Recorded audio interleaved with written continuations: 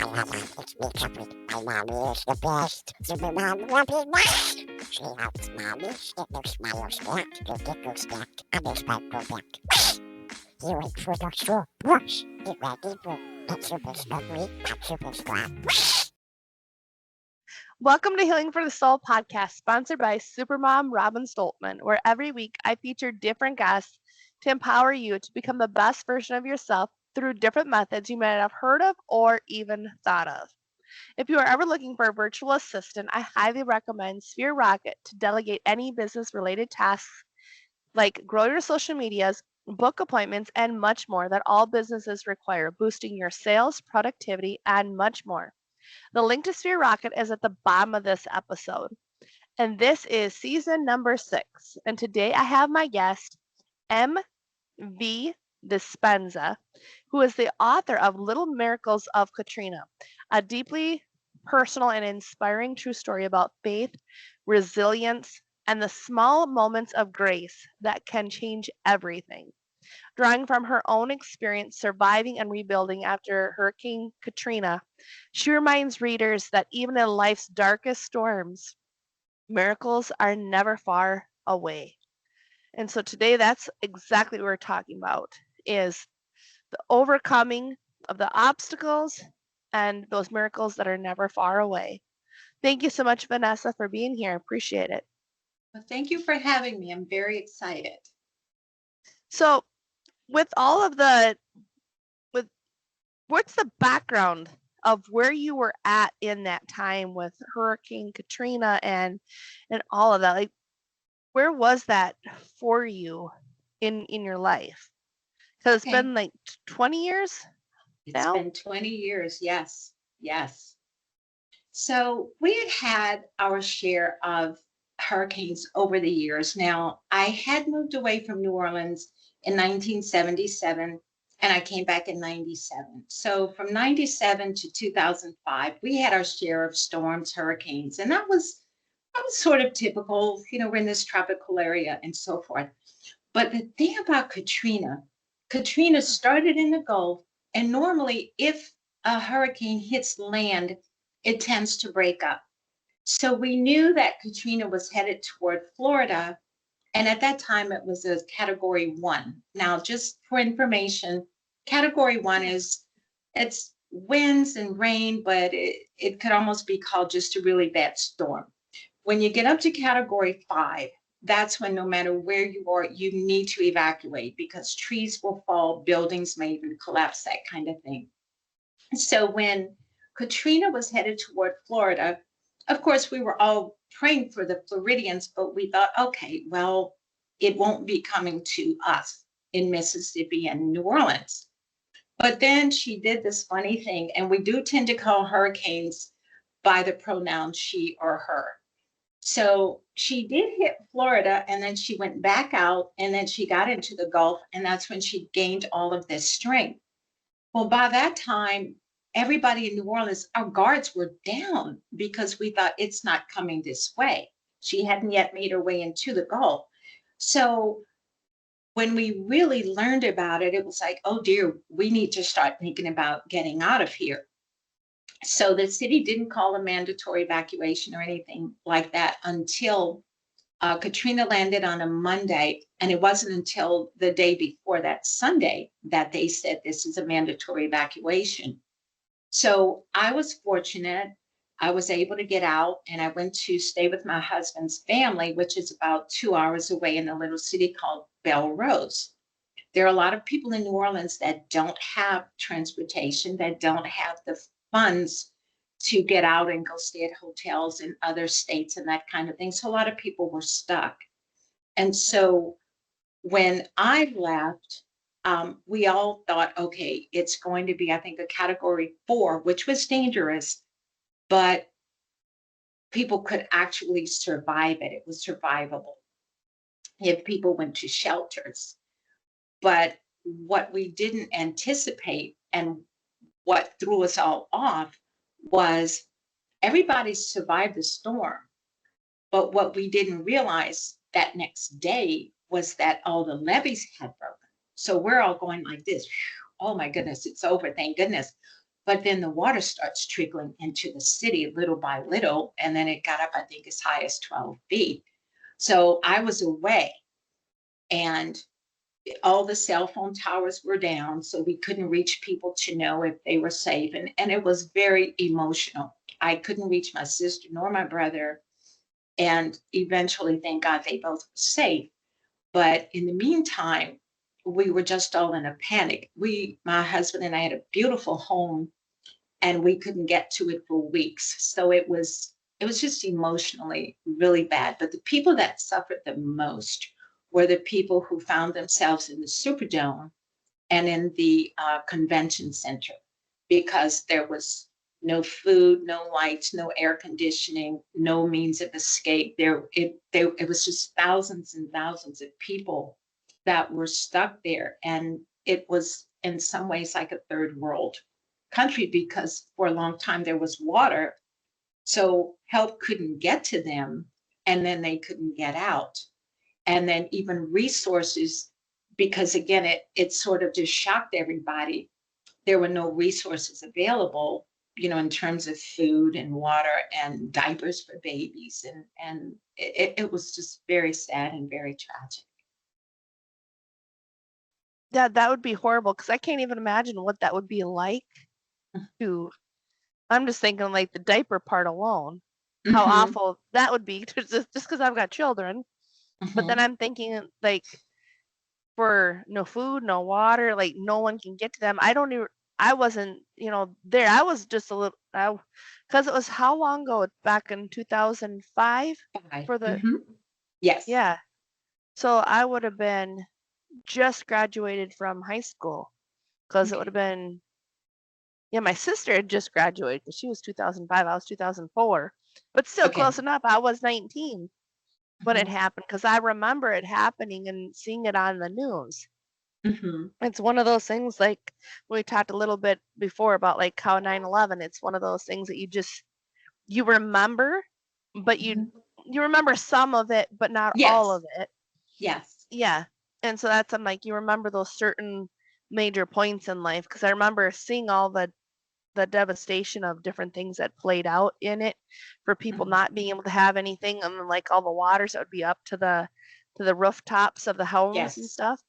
And I Yes. remember seeing that and I'm just like, why would anybody want to live in those areas, of where there's these natural disasters that are really bad? Because I'm like, all I've ever dealt with is snow and blizzards. But we Mm-hmm. haven't had blizzards since I don't know if the climate change thing is actually improving or making things worse because I'm like, it seems like it's not doing anything at all that people have done on the climate change because I'm like, we're Mm-hmm. still not back to the snow and stuff, the blizzards that we've had. We're not even back to that. But I mean, like, I'm fine. We don't need them. But I'm just Right. saying, Mm-hmm. it makes me wonder because it's like when you said about it took an it. So Hurricane Katrina, she went to the Gulf of Mexico, you said, Mm-hmm. or now it's Gulf of America. But anyways, it went there, and then Mm-hmm. that's where it got its strength Yes, was because what coming happens is the around. water, yes, when the water is warm in the Gulf, it's like Yeah. the winds just sort of the the warm water sort of feeds the winds. And then Oh, yeah, yeah. So the warmer the water is, the more likely that there will be hurricanes. And that's why hurricane season is, let me see, I believe it's June 1st through November 30th.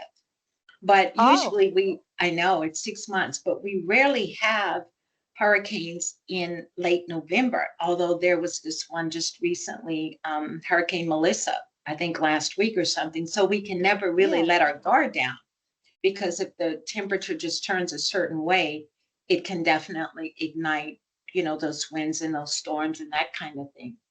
And so with hurricanes, and my husband was actually a Mhm. hurricane hunter for almost 30 years. Wow. He was in the Air Force. Yeah. So I learned a lot about the storms with him.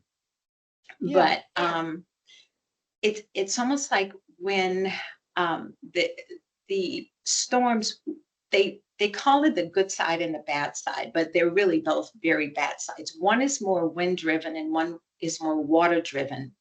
So Oh, the winds will take down the power lines and could knock when I say buildings down, I mean houses, wooden houses, things like that. Well, yeah. And then the rain on the other side causes the flooding. So there really is no such thing as a good side. They both are bad. It's just what we learn to prepare for when we think the hurricane is coming in our direction. Oh, no, that helps because like in my mind, like what I'm thinking, like, because like I said, I've never had that experience, but Mhm. I know like tornadoes, like how those are formed, but that's just because I'm in the tornado Yes. area, like we get snow, Mhm. like I'm in the upper part of the states where we get snow, Mhm. blizzards, and we get tornadoes. Like that's what Mhm. I know of. So it's like I've never Mhm. had the experience of the tornado or the hurricanes Mhm. or the bad weather like Mhm. that. But it's like even with tornadoes, like when we've had them close by us, it's still one of those things that we get like last minute warning, Yes. and then we get very last minute. We can't prepare at all. But it's like I know like those get stronger and where they can land because of the warm meeting the cold. Like that's what Yes. forms the tornado. So it sounds like that's what forms the hurricane, where it gets its strength is when that warm meets that Warm cold, water. Mhm. and then you add the water to it. That makes sense for like the hurricane, why they're so powerful then, Yes. because you've got more than just wind. You've got Yes. the water To aspect of water. it. Yes. And Yeah. that storm surge, the winds will take that storm surge and just topple over levees and bridges and embankments and whatever else. So it can really be tough. Yeah. So, That can be, because I know like that's one of the things I've wondered is like how does a person stay living in that area? Like do they come ever so often? Or was like what made Katrina, I guess the real question is what made Hurricane Katrina so different than the other hurricanes that have came? Yeah. well, from a scientific standpoint, I can't really answer that, but it really depends, I think, on just there's the precipitation in the air. There's the number of clouds in the air. There's again the temperature of the water, Yeah. and there's when fronts come down from the east or from the north or from the west, wherever, there's just so many factors, and it's almost like if there's that perfect trifecta, where this is a Yeah. certain temperature and that, and so it doesn't happen that often. And I've heard a lot of people down here say that this is a once in a lifetime cataclysmic event. So That's what I was wondering. the last time we had Hurricane Betsy. Oh, I think it was in 1962 or 1963 that caused a lot of flooding. And then we had Hurricane Camille in 1969. And I think I even put it in my book. That's been 36 years. So someone that's 36 or under, they have no idea what it means for the city to flood, other than, raining when sometimes the water pumps aren't working, that kind of thing. But you ask, like why do people choose to live here? Because Yeah. the law of averages favors not us not having to go through those things. And I remember I had a Oh, debate with a friend of mine that yeah. lived in California. And I said, well, at least we can plan, but when you get a earthquake, you're in the middle of whatever, and then this quake comes. And I lived in California for 20 years. And then we Yeah. were talking to our boss at the time, and he said, well, when you think about it, Hawaii has the volcanoes and you have the windstorms. Every area in some form has a type of disaster, where because of Mother Nature and that type of thing. So there's not really anywhere that anyone could really go where they're just safe from whatever weather conditions might generate something, that could be catastrophic. Hurricane Sandy in New York. I mean, I think of snowstorms in New York, but then they got that hurricane, and it's because the water turned and was going back into the ocean, which would have been great, but it just came a little bit too close to the United States and did a lot of damage to Sandy. So it just kind of depends. It just depends on whatever the weather conditions are. And, God has his plans for us. There we are. Well, no, that helps because yeah, God very much does have his plans. I've got a friend that told me a quote. He's like, you want to make God laugh? Tell him your plans. Exactly. I like that. Yeah, because I'm like, every single time, I'm like, I've got this plan. Yeah, no. Yeah. But thank you for that because that's one of the things like I've always wondered because like I said, I've never had the lived Mhm, experience. But like what you said, like out in California, they've got the earthquakes that just happen, mhm, and then we've got like they've got no warning, kind of like mhm, us with the tornadoes. Like we've got no warning, mhm. and I'm like, where is it that's actually safe, like from all of these life?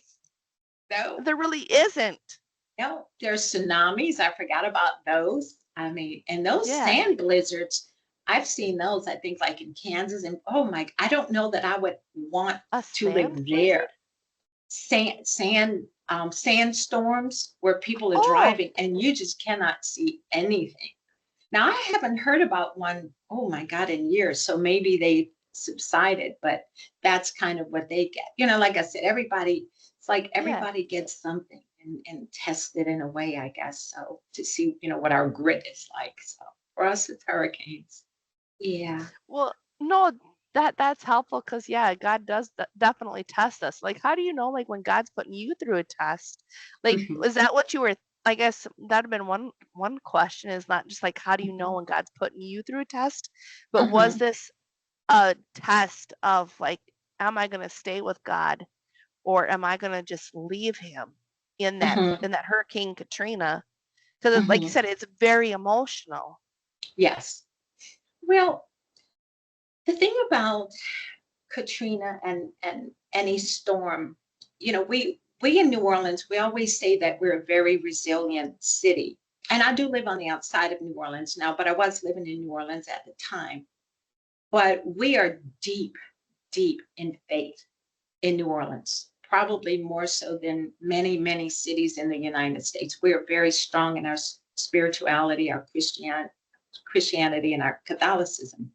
So we figure, like a lot of times, like you were just saying, that if you say what your plans are, which is kind of funny because God has his own. So I'll say something like, I think next year I'll do that. And I always follow it with God willing, because if that's God's will, then that's what I'll do. But we know that God puts us through our paces, and we always go back and we say, but look at what God's son had to go through. And if he could go through all of that, surely we can go through the things that we go through. And so that's kind of, I think, what guides us a lot of the time. And I think that's why we just kind of pick up and just move forward. And it's amazing over the decades that when churches have been destroyed by hurricanes, almost always either the cross remains up or the statue of Jesus. There's always something in the churches where the church is not completely torn down, and we always look at it in amazement. And it's like, that's a sign. And we're big on signs in New Orleans. And trust me, with the book, there's a lot of signs in there. So anyway, and we'll talk about that in a little bit. But yeah, we're really very, very faith based down here. And so we always say God never gives us more than we can handle. Sometimes it's questionable, but at the end of the day, when we step back or we've gone through it, then we realize, okay, that has made me stronger. Okay, Lord, you did it. And okay, and I have my conversations with them every now and then. It's like, did you really have to do that? But I know in the end it's his will. And so we love him and we abide by it. So. Well, no, I appreciate that because yeah, it's like one of those things that I'm just like thinking about for when God like when he does stuff like he's got like his plans always work out like better than what we could have ever planned them. And Mhm. like for me, I'm like I used to believe that God will never give me more than I can handle. And I'm like, no, it's because I looked in the Bible because I wanted to know. And I'm like, no, it says God will never give us um, temptation beyond what we can handle. And I was like, okay, because I'm like, why am I going through so much hard in my life? And then it's like, because like what you just said, that's you became stronger as a result of it. So like when people are listening, like I said, like for myself, what would you say to somebody who's like, is this something that how am I going to get through this and yet trust God? I've had conversations with people that are agnostic or they don't believe in God, Yeah. and they'll say things like, well, if God is so good, why do babies die? Or if, God is so good, why are you Yeah. hurting the way that you are? And it's not, I don't see it's not up to us to question God because I have done it myself.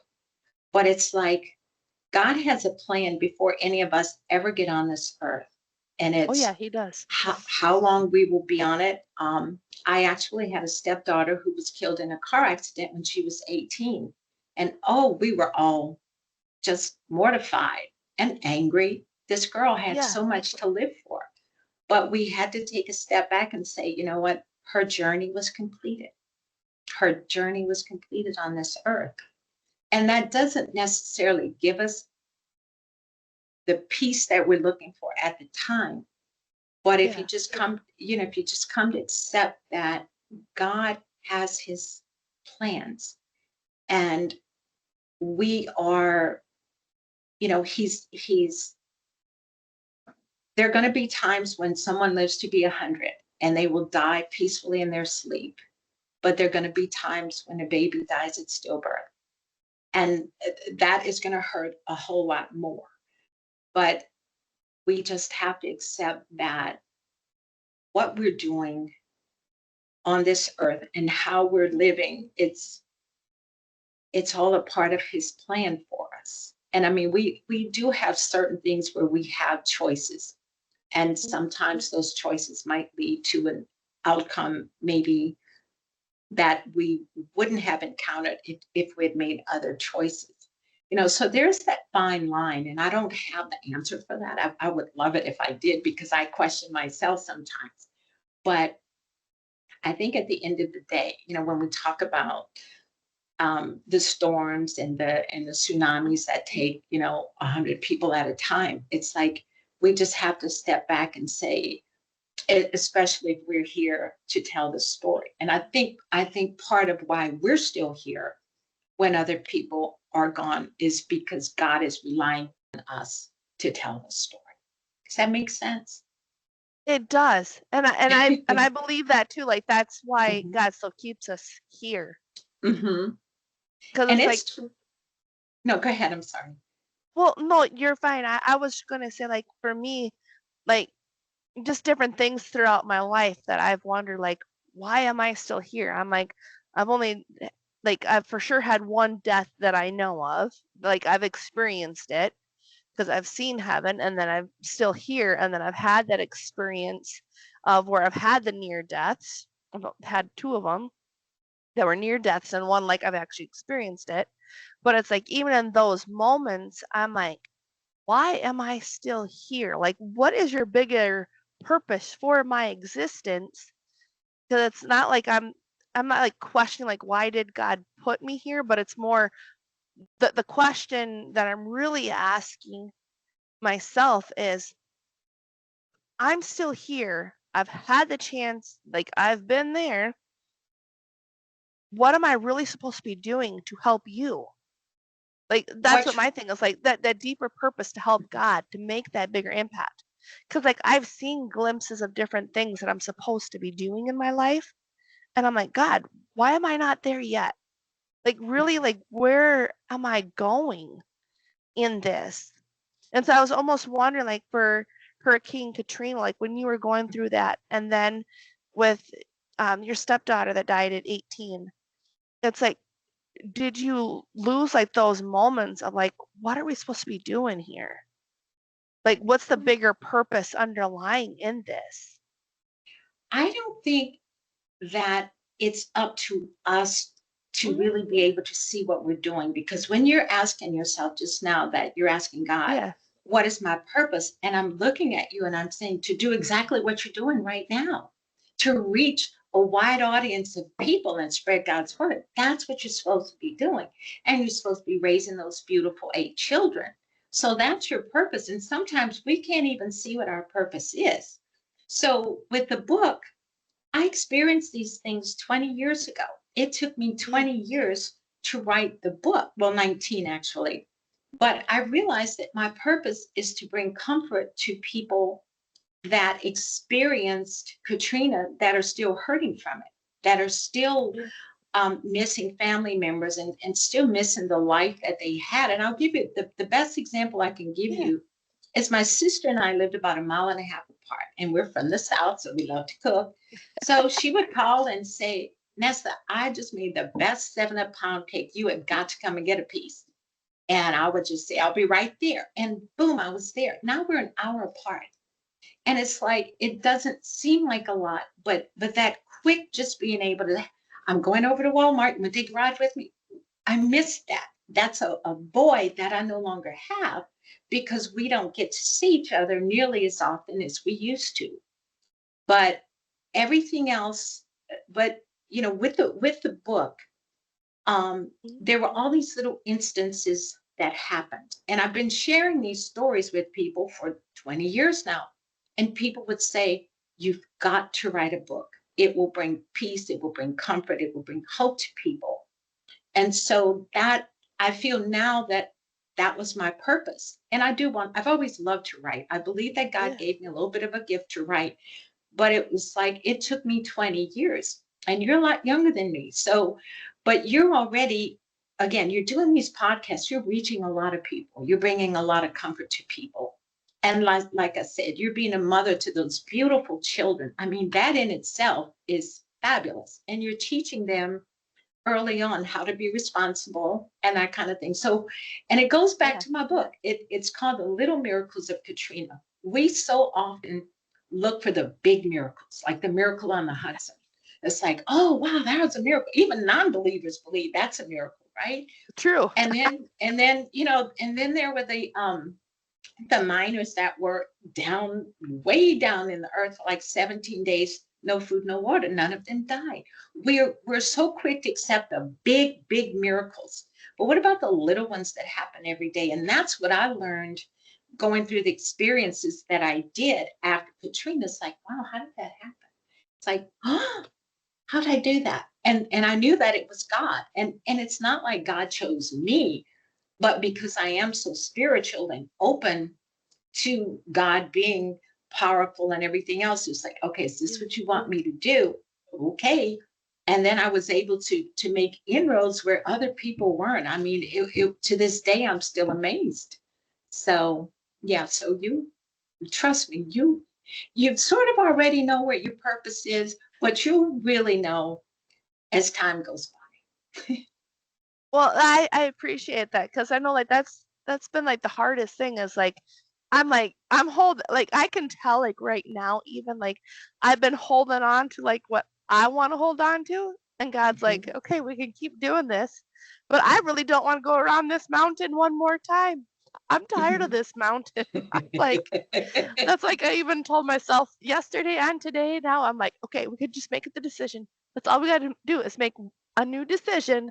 Are we willing to let this go, to trust God enough to do this part for us in our life? And it's like there's that fine line balance of okay, if I Mhm. do this, like it Mhm. gets scary. Like the more I've noticed that I've gotten more closer to God, Mhm. it's because I don't go to church anymore just because of the different things that have where I'm at. Like I'm in Mhm. South Dakota.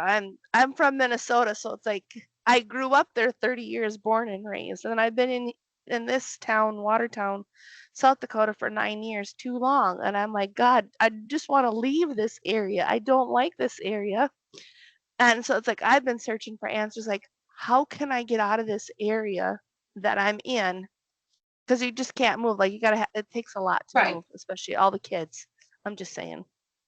And it's like, how do you do that, but then still like let go? Mhm. Because like when you were in Hurricane Katrina, there was, like you said, you had a beautiful house. Like you had you had things and you just have to Mhm. let go. Like that was a Yes, forced let go. Like how did you just let go? it's not easy. And at the Yeah. house, we lost pretty much all of our furniture. And there was one piece that was my grandmother's cedar chest. And I'd had that chest for decades. And in the book, we're going through the house and we're looking at Yeah. everything. And my husband said, well, let's just stop. And I retorted and I said, not my grandmother's chest, because it wasn't the physical chest, but it was what it meant to me. And so, Yeah. and ironically enough, after we moved over here, maybe 2 years in, I went to there's this store called the White Elephant. And I turned the corner and there was a chest identical to my grandmother's. And I just burst out crying. Of course, I bought it and I Well, have it at the yeah. foot of my bed. So it's not the actual one. But again, it wasn't the material itself. It was just what it meant. So this one symbolizes what my grandmother wanted me to have. Now, getting back to you, I think you Yeah. just need to take a step back and say, you know what, this place isn't half bad. And if this is where you want me, this is where I'll be. And then before you know it, that thing will happen that will cause the move. You know what I mean? It will cause the Yeah. move. So, yeah. Yeah, that's But the you're part that smart. I'm just well, yeah, that's the part that I'm just like I'm trying to hold on, because it's just Mhm. it wears a person out.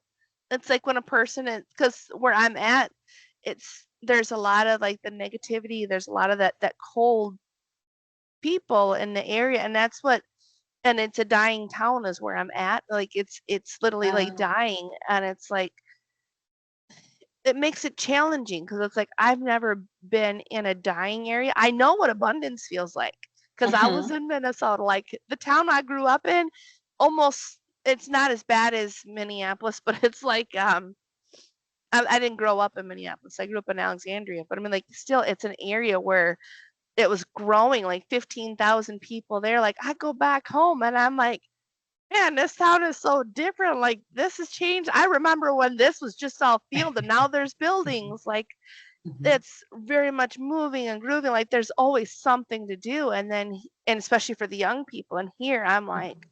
businesses are going out left and right as Uh, quick as they come in. okay. And it's it's challenging, but then I'm almost thinking, well, maybe that's the purpose is like to show me what thriving and abundance looks like versus the dying area. Like I was even looking at the grass for an example. I don't know why. Actually, no, I do. My son, he was talking about mowing the grass, and we're trying to explain to him that like it's November. We don't mow grass in November, like because the grass is it's getting ready Mhm. for winter. Like it's slow growing, but it's not where we need to cut it anymore. And so I was thinking about it. It's kind of like life that I'm thinking about it now. Actually, it's like it looks like the town is dying, but it's like it's a slow death to it. But then it's like even after that slow death, you still have like that revival, like that ability to change and Mhm. still move forward and still go on. So yeah, that's what I'm like thinking about. It's kind of like the grass. It's like it looks like the looks Yes. can be deceiving. Like God's deeper Yes. plans, like what like Hurricane Katrina did, was like what you had said. Like it literally um, fooled everybody into thinking, "Oh, I'm fine. I'm going to be away. It's not Yes. going to be that bad." And then it whipped around and like, "Nope. Here's one last show Yes. before it did what it did." And Yeah. it's just yeah. It's just amazing though, like that I'm thinking about like all this stuff is like coming together. And it's so funny because it's like you seem to think like all the times like when talking about like your book, Mhm. the little miracles of Katrina. It's like it like you said, it took you 19 years to write it. And it's like God gave you this gift and it's like it took that long, Mhm. and at the same time, but you're able to use that as a testament or a test Yes. to the testimony of how God is still working in your life 20 years later now. Well, what's funny is there's the first, I think, 4 chapters are more of just the introduction, and it talks about Katrina and how everybody was getting ready.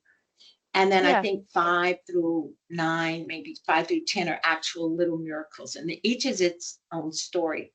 And then 19 years later, something happened.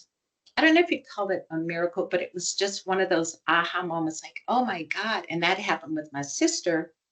And Yeah. then the next chapter was the chapter that really allowed me to write the book. So I'm not going to go into a whole lot of detail, but it's like 19 years later, 20 years later, there are still miracles or little miracles that relate to Katrina. So all of the chapters Oh, have to do with, yes, past and present. I can't wait for you to read wow. it because I definitely want to talk to you again. But yeah, you'll see it's like, oh my God, Vanessa, I see what you mean. So um, but in terms of what's going on with with your city, I mean, all it Yeah. would take would be for, which I know it's easier said than done, if Yeah. Amazon decided they wanted to build a fulfillment center nearby. Think about the people that Yeah. could go to work for that, or if they built a small airport, a hub airport or something. So sometimes, like you said, with the grass, you think, well, it's a goner, but it takes that one little thing, one little miracle, where some company is thinking about putting some kind of an office there or manufacturing, and you may not even be aware of it. So you just never Oh, know. You never know. And that's the amazing thing about God. It's like you just never know what's in store. But you'll get your answer because I prayed to be able to write my book. And with literally within 3 weeks, I got an answer. Like, is it time for me to write the book, Lord, or do I need to, go back to work, or what do I need to do? And I got my answer. I mean, literally 3 weeks later. Well, it was probably 6 weeks later, but the process started literally within 3 weeks after I literally got down on my knees and I said, Lord, I need an answer. And he gave me one. And now I have the book. So yeah. In fact, let's see. If you don't mind, uh, every time I hold it in my hand, I just, it's like, my God, this is, this yeah. is the fruit of my That's a labor. beautiful cover. I love the cover. Everybody loves the cover. And it's, and everybody's asking, is that you? And 'cause we're kind of built alike, and I say, well, it could be. But Yeah. it's really symbolic of and you can't really see it, but there's angels on the cover kind of Yeah. coming from the dark clouds because everything that happened in the book, it was kind of like I was being guided to do the things that I was able to do. Not, I couldn't turn water into wine or raise the dead or anything like that. But again, we're talking little miracles. But it was things where each time I was like, Lord, this is you doing this. It's not me, it's you. And I had to give him praise and acknowledgement because I couldn't have done those things without him. So, yeah. Yeah. Exactly. That's where I'm like thinking on myself because it's like the little things. It just like it amazes a person because like um when I've been to like when I went to IMC for International Maxwell Conference with Maxwell Leadership, like I went out there like to Florida. Now they're moving it, and right now I'm like, God, do you know, like I'm like things right now. I've asked God, I'm like, I know I've got all these amazing opportunities right before me. And I'm like, God, do you realize like the dollar amount I'm going to need? And he's like, yeah, I wasn't checking that. I was checking your faith account, not your bank account. Have you ever noticed like I God love that. never once has checked the bank account? He's always checking the faith account, like over everything. And I'm just like, okay, so like this is like the breakthrough, push through moments like you're putting it like what you had put in your book, like you're still like you're breaking through those moments, you're still pushing through, you're doing the Yeah. thing that you probably never would have thought otherwise. Like did you ever plan on having a book like before I'd Hurricane always, Katrina? Did you ever like think about those things? I've always wanted to write. always. Yeah. And I actually wrote a book about my grandmother, but I never did anything with it. But I was compelled. I was compelled to get this book out, and I was compelled to get it out this year because Katrina happened in 2005. And as I would Yeah. share my stories, everybody was like, you need to tell the story. I copyrighted it in 2010, but I didn't put it out exactly until 2025. But it was like the the way we say the way the stars align, but the way God set it up was this was the year for whatever reason. This was not the 50th anniversary, not the 25th, but the 20th. So, but yeah, I'd always wanted to write, but I just kept putting it off. You know, God gives us these talents to sing or dance, which I can't sing. I wish I could, but I think He gave me a little bit of a writing talent. You know, I'm not very prolific with like big, gigantic words, but I tell a great story, you know, because I tell it from the heart. But this one actually jumped in front of my grandmother's story. But what this has done is it's given me the impetus to go back and eventually rewrite my grandmother's story because she was an amazing lady. But also with the Little Miracles of Katrina, as I was writing it, I said, you know what? I want to be able to take my book and go to hospitals and visit little children with cancer and just read about miracles to give them that kind of faith that they're going to be fine. But then I realized, I said, you know, this is an adult book.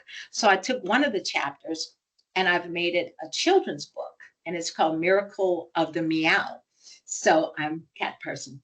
So it's actually being illustrated as we speak. So I don't think it'll be out for the Christmas holidays, but that way it's a little small book that I can actually go in the hospitals and I can read it from beginning to end because that brings me joy. Making a whole lot of money on a book, eh, no. But you know, being able to read to kids because I love kids. You know, as I told you, I have two sons, two grandchildren, a great grandchild, and then I was a visiting resource for a little girl in a group home. And then when I worked for this law firm, I was the volunteer. So every year I was surrounded by kids for picnics and bowl-a-thons and the Secret Santa programs. I love all that stuff. So I love being around kids. So that book is going to give me the ability to go to Children's Hospital and Ronald McDonald House and all those places that I still have connections with from when I worked for the law firm, and just, you know, be able to sit down with those kids and give them that little hope. Well, and I appreciate that a lot because it's that really like that heart centered. Like I Mhm. can see in you, and that's the amazing is having that, you know, the ability because it's like I look at when you talk like the money aspect, I'm like that's I realized because I've had a lot of the church hurt on things, and I'm like, well, yeah, it's gonna be church hurt because God's never hurt me. That's why I'm like, I've been to the point now, like with a lot of the Christians, I'm like, I've gotten to the point I'm just like, I'm gonna pick up my Bible and fact check this and ask God what He says. I'm done asking, and a lot of people misquote the Bible. They do so many things. They take it out of context all the time, and I'm like, you know what? I'm just gonna go ask God, see what He says. Mhm. And I Mhm. love that for the book that you took like one part of your book for the Little Mhm. Miracles of Katrina, and then you put it into a children's book, which I think is awesome. And I'm a cat person too. Okay. I like cats more than dogs. I'm just saying. But with that being said, I did just had my toy poodle I had for 16 and a half years. I had to Ooh. put her down 3 weeks ago, and that was extremely hard. And that's the only dog that I've ever liked, but she was not a dog. Like she was the one that I realized like how I became a mom because I was told I'd never have children. Like that's over 5 years Wow. of yeah, so over 5 years of infertility. And then it's like I had that struggle. And then for her to be my son's first word, the one with autism, and then he didn't speak again for 2 years. You know, so it's like she was not just a dog. She was also the Right. one that like, told me when I was pregnant. Like she was my human pregnancy test. Like even with Jeremiah, he like 7 weeks old. You know, like she stayed by my side all the Oh, time when I was pregnant. So it's like I knew, and like when I would faint, like I didn't know I had a heart problem until my dog. Like that one dog yes. did so much for me that it's like, how do you put into words like what, like God used that little dog. Her name was Lila, but like God used her for Yes. everything. And so it's like it's been surviving 3 weeks without her. Oh my And then like goodness. just having a new baby, it's like that's where I'm like in that questioning of, okay, God, I know this is what you want me to do, but I don't have Lila anymore to help me.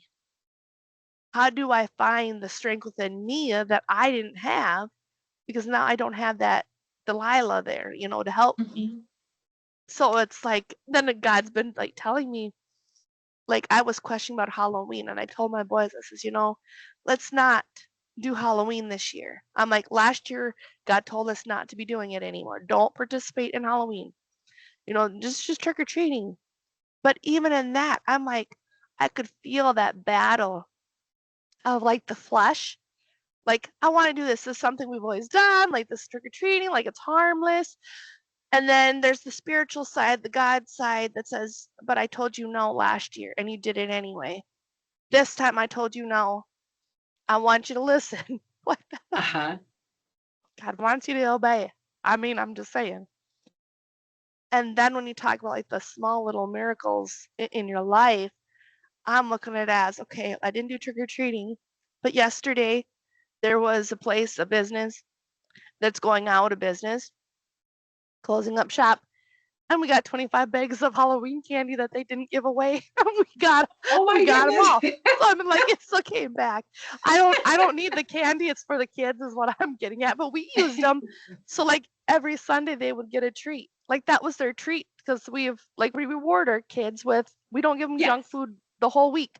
They get it on Sunday only. Like if they do what they're supposed to be doing. Like that's how we've used it. So I got all those bags and I was like, well, we didn't do trick or treating, but we got that now. And then I was like, okay, then after that, then I started hearing from God again, very clear, because it had been like a block almost where I couldn't, and that bothered me more than anything, to like not hear him. And then as soon as I started hearing again, I was like, oh. And then I wrote down a bunch of things. And then I'm like, oh, well, now I got God's plans for me. And I'm like, wait a minute.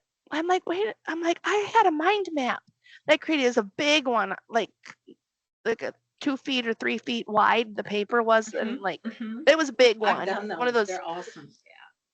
Oh yeah. And then I looked at it. I'm like, wait a minute. I'm like, this is 2023.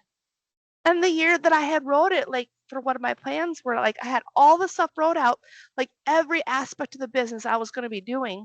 I thought it was 2023. And I looked at it and I compared it to the one that God had just had me write up after Oh wow. after missing Halloween. And I was like, the plans match. I'm like, I had the plans the whole time Oh my because in God. December 2022, I was told I was dying by the doctors. I was in the hospital for 8 days from a bad vitamin, almost took my life. That was the last near death that I had had. Oh dear. And I told the doctors, literally, they told me that I was dying. They waited till my son and my husband, my 4-month-old at that time, and my husband was out of the room before they told me this. And I told them, I looked at them, and I said, no, I'm like, you don't get to tell me when I'm going to die. That's what I remember telling them. Good for I'm like, you. no. So I called the Billy Graham prayer line. I did Reiki on my liver because that's where it was affecting, was my liver. I was in liver failure. And I did that. And within 4 hours, like everything started changing around for me. And it's just so weird, like in that moment. But then it's like I kept seeing visions the whole time of what I'm supposed to be doing. The clothes showed up, and I was like, that's God, because there was only one on the rack when I went into the store of the exact same thing that I had seen. But now it's like then I wrote that plan out, that mind map I mentioned, Hmm. and I'm like, that was 2023, and I'm like 2 years, and I'm like, I missed Halloween this year because I obeyed, and then I didn't obey last year, like straight out. I didn't listen. This year I did, and then now I'm like, things are happening faster, but at the same time, I'm like, I don't want to let go of the thing, but it's like I'm scared in those moments because, like I said, I don't got my dog anymore to help me. but then it's like, God's just like, it's time. It's time. And I'm like, okay, but this is, I guess that's what, not I guess, I know that's why God's been having more of the different podcast guests, is because it's like I'm doing exactly what I was created to do, which was speak, doing that Mm-hmm. change into people. Like, I know that that's what my gift is, speaking in such a way it creates change. And it's like, I've seen those things. So it's like, I can very much relate with what we're talking about. It's, I guess it's Mm-hmm. like Hurricane Katrina changed you in those moments. And then it's like when you were saying, like, for about your book, like, it's those little things that have happened that you're still getting the lessons out today. I'm like, I really cannot wait to read your book. I'm just saying. Oh, good. I'm just really saying, because I'm like, now it's like all coming together at the one moment that I'm like, okay.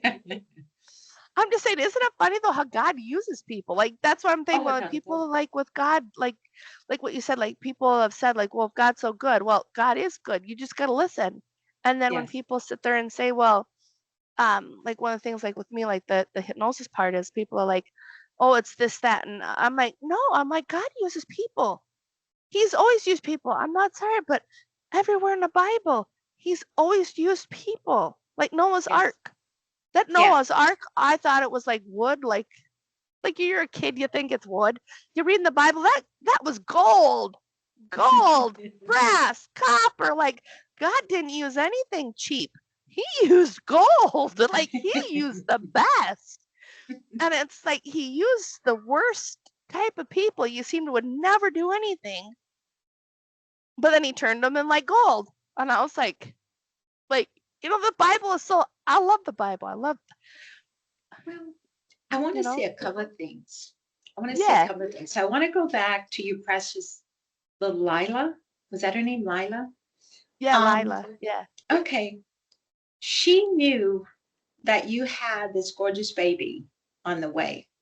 And Oh, I yeah. just I have a feeling that this little one is going to be wise beyond his years. You know how you have, young people and you say they're like an old soul. For some reason, Oh, yeah, I think this one's going to be like that old soul, wiser than you can imagine. And I think over years, you'll kind of start kind of confiding in him the way that you did with your little precious poop. I really believe that. I'm not psychic by it. I don't believe in all of that, yeah. but I just, it's just my feeling.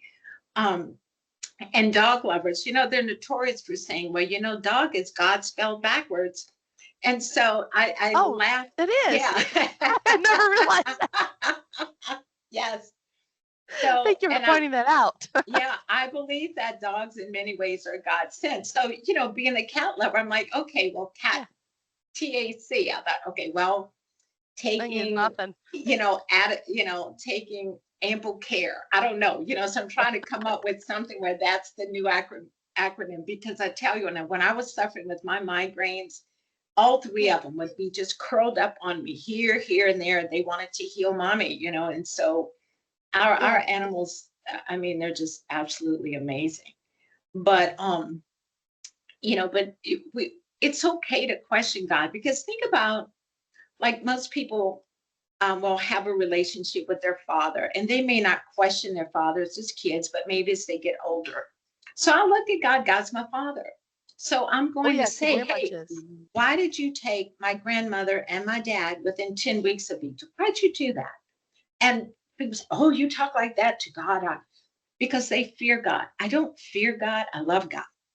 Because Mm-hmm. if you're doing bad things, then you fear him. So every now and then, I might get a little potty mouth or something. Sorry, God. But it's not like Same here. he made us human, and humans, So but I think if we keep God in perspective to some Yeah, degree, as like he's our father, he didn't make us perfect. And we're not supposed to be, because if we all were, we'd already be in heaven beside him yeah, and that kind of thing. So, I don't beat myself up for my shortcomings, but sometimes I say, okay, Lord, I know I can do better, and I'm trying, but I'm a work in progress. I'll give that little disclaimer. But yeah, it's okay to ask him, why am I still here? You know, it's okay to do that. It's okay to say, why did you take my precious baby of 16 years? You know, because he wants us to communicate. Um, and so, you know, it's all good, as they say. All good. Well, yeah, and no, I appreciate that because that's like when Jeremiah, when he was, um, oh, my husband, like, I wanted to name the, so I named the other kids except Noah because like God's very clear, his name was Noah, and I'm like, no, God, this has to be a girl. I'm like, I want a girl. Sure enough, I went in for, yeah, that was a boy. His name was Noah. So I'm like, okay. So and then like with this one, God's like, nope, you can't name him. We did not get a name for the longest time, like for about a month before he was born. That's when we got the name. Oh And my goodness. yeah, because I'm like, God told me I couldn't do it. My husband had to do it. I got the middle name, but I could not do the first name. My husband had to think of it. And so he came up, was looking in the Bible and he's like, Joshua. And I'm like, well, I got ex-boyfriends.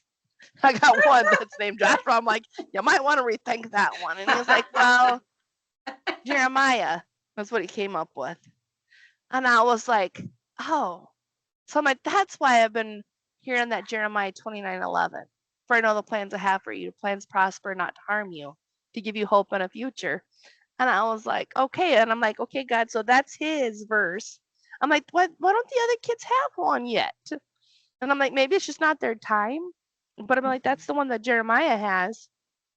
And then I'm like, okay, this is just, it's just so funny though how God has so many different plans. Like I could talk about God. I'm sure you could talk about God all day too, about I do. how he's just Yeah. got so many different things that he just sometimes I wish I knew, but then at the same times I'm like, I don't think I want to know. Want to know. Yeah. Yeah, because I'm like, do you ever like when you're going like through Hurricane Katrina, you're going through life's challenges. Do you think you would have been as strong if God would have told you ahead of time? Ah, that's a good question. Well, I don't know because I knew in time to evacuate. I was in safe Yeah, haven, but it was the people that I had to go back for. And so I yeah, think if I had never had to go back for those people, I might not be very different. But having gone back, having been able to get past checkpoints and things that I shouldn't have gotten past, and then hearing their stories and watching them, and with me, like you said, your life has been saved over the years. My grandmother, at least on two yeah, occasions, has saved my life. So I always know who that voice is, be it my real mother who died when I was a baby, be it my yeah, grandmother who raised me, whoever it might be, my dad every now and then. But in two of those rescues, and I didn't realize this until very recently, I didn't know yeah, who it was. When I was led to do the things that I did to help save these people, I kept yeah, wondering who told me. And I realized it wasn't anybody in my immediate family, it was someone from their family that gave the message to me to take these actions to help them. yeah, So, um, and I think that really let me know that God, if you just listen, if you just have an open mind, you open your heart, you'll hear it. Because I think I even put in the book, I'm nobody special. I'm not the poster child for the Catholic Church. hmm, I'm not, as I said, I can have a potty mouth sometimes. I don't always go to church. I'm not a perfect person. So it's not like God chose yeah, me. But when I tell the stories and when people say something to me like, you know what, come to think of it, when they say that, I'm like, I got you. Because it's like what they thought was this little coincidence, they're realizing that it really is God at play. So, in answer to your question, and I tend to take the scenic route, had I not, had I just evacuated business as usual, I don't know that I would have changed because I've done that pattern before. I evacuate, okay, yeah, come back. Oh, the house has a little bit of water, we can get it out. But with what happened during Katrina, it was an eye opener. because each chapter I shared with other people. So it wasn't like I went through it by myself and then hearing their stories after, when they're saying, wow, this is mind blowing that these things happened. Um, and recently I saw an interview where someone said, I'm not religious, but when something happens that wasn't supposed to happen, or something doesn't happen that is supposed to happen, I have to acknowledge that there's something miraculous about that. And this was someone who's Yeah. agnostic, but they were on this interview and they had to own it. They had to own that there's something way bigger than you and me on this earth. So, Oh yeah, there definitely is. I've yeah. tried to go down that road, of those type of people that don't believe, and I'm like, that's a downward spiral as quick as I could go Hmm. into a dark, deep hole. And I'm like, yeah, okay, so let's not ever go down that again into Yeah. those. Yeah. And so I I'm agree. like, I understand why their life is the way that it is. And then like me, I'm like, I'm very thankful I'm on the other side. Yes. Yes. And again, they're quick to believe that Captain Sullenberger landing that plane on water, they'll acknowledge that that's something extraordinary. They Yeah. really will. It's like, oh, I don't know how that happened, or I guess you could call it a miracle, or I don't know. And then they'll try to put the whole scientific thing to it. But, this plane's weighing like, hundreds of tons and it's landing on water that if you put a rock in it, it's going to go down. So, Well, yeah. but they have to acknowledge that there's something outside of what we can see and hear, whether they're religious or not. It's like, come on, give it up. You got to admit it. And, they'll just kind of say, well, Well, okay, maybe there's something. well, yeah, and no, and that's fine because it's like like for me, I'm really enjoying this conversation because it's like it's going very, very deep. Hmm. And maybe the listeners out there are thinking, like this is really, really, really, really deep into this conversation. Like, and I'm just like thinking like for like the listeners that are really listening that are like, how is it that two women that have never met until Hmm. now Hmm. can share so much about God and still be so similar? Hmm. Like that, I'm like, God does that. Yes, he does. Like he He does. puts people together. That's why I'm like in the Bible, I'm like, he uses people. Yes, he spoke Hmm. everything to existence. That's why I'm like, our words are everything. That's why I'm Yes. like, you got to be careful with the words that you speak and what you say. And that's like, I've even been catching myself on some of the stuff. I'm like, well, no wonder. Look at the words that we're using. Like God's like bringing up for me, and I'm like, okay, this is Hmm. a good thing. But even in that, it's like who you surround yourself really truly Yeah. matters. Yeah. And so Oh, one of the things I was going to ask too is like, did you notice like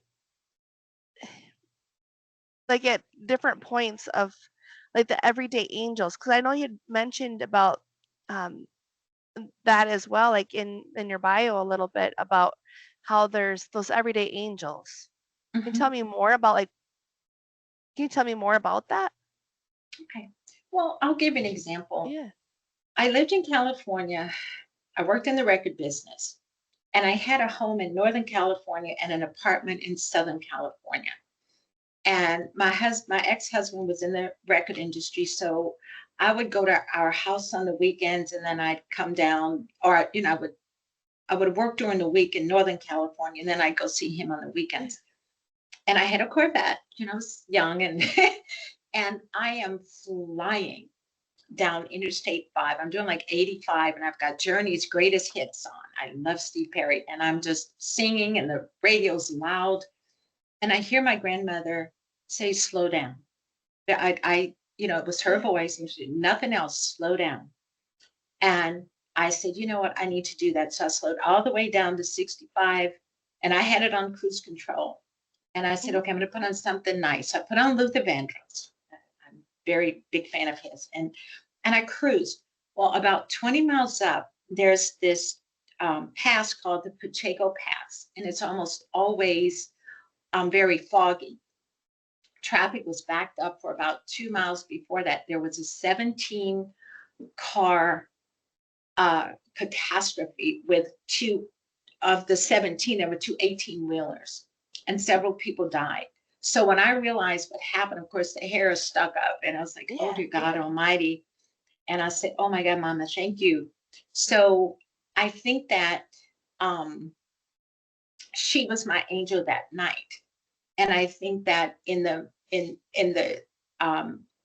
with the chapters of Katrina, there are people in there that may be dressed like a police officer, might be dressed like anything that I have to wonder to this day, was that an angel? Or was there just something that they felt by God that they were moved to take an action that they normally wouldn't have? So whether an angel just sort of appeared and whispered in their ear, or whether they were actually angels, because I believe that angels can take, people are quick to believe that aliens can come down here and assume the physical attributes of a human, but they don't want to believe that an angel could come down and assume the physical attributes of an angel. And it just makes no sense to me. I mean, either believe both or believe none, but it's funny. It's funny sometimes what people think, but I do believe that there were many, many angels in the days and weeks following Katrina that helped people to get by or to get help and that kind of thing. And I think after the first incident, the lady that I was with, we were like, oh, this is a coincidence. Oh, we have these honest faces. And then it happened again. And it was in the second little miracle where I said, you know what? It's almost like a little miracle. And that was the first time I'd ever used the terminology. And then from there, I think I planted my own seed. So as things continue to happen in those next 3 or 4 chapters, in my mind, it was like, okay, God, you're steering the wheel, or as the song, Jesus took the wheel. So I just said, I'm just going to roll with it, whatever you want me to do, because I knew that there were either angels in place or that God was guiding it or something. And so I just, I kind of put it on cruise control and just kind of let those things happen. So, Well, no, I appreciate it very, very much because it's like I said, I'm thinking out long and hard about like everything that we've talked about like the whole time. And what's the best way for our audience to get your book, Little Miracles of Katrina? it's books by, and it's M as in Mary, V as in Victor, Despenza, which is DESPENZA.com. Or if they type in Little Miracles of Katrina, I think it might go to Shopify. I haven't put it on Amazon just yet, but that's coming sometime this week. But it's books by mvdespenza.com. And I think I shared that with Hal. So it's there. And yeah, I would love, and I'm happy that you invited me the first time, but I would love to come back down the road where we could talk about it. And I don't know if you have your followers call in or anything, but I even am actually in the process of putting a workbook together because I really think it's a good enough book to where book clubs could maybe talk about it and put things into perspective, kind of like you and I have done today. Today has been awesome. I mean, because I like your take on things and you're obviously deeply spiritual. So, and we're from two very different generations, but it's amazing how God is not generational. No, God is for everybody. So, yeah. yeah, no, and I appreciate that too. As always, I just want to thank you for your time and energy while listening to today's episode of Healing for the Soul podcast. Be sure to like, share, comment, and subscribe to Healing for the Soul podcast wherever you get your downloads, you're listening to your podcasts, and keep coming back for more episodes. Thank you, everyone, for your time and your energy while listening to today's episode of Healing for the Soul podcast, which also can be found on YouTube.